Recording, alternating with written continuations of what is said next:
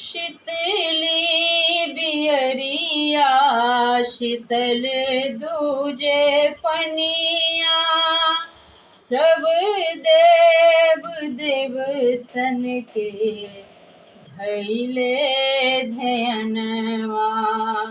जोरे जोरे सुपवा आदित्य मल घटवा पे तिब ई चढ़ावेली हो। जल बीच खड़ा होई दर्शन ले, असरा लगाईले हो।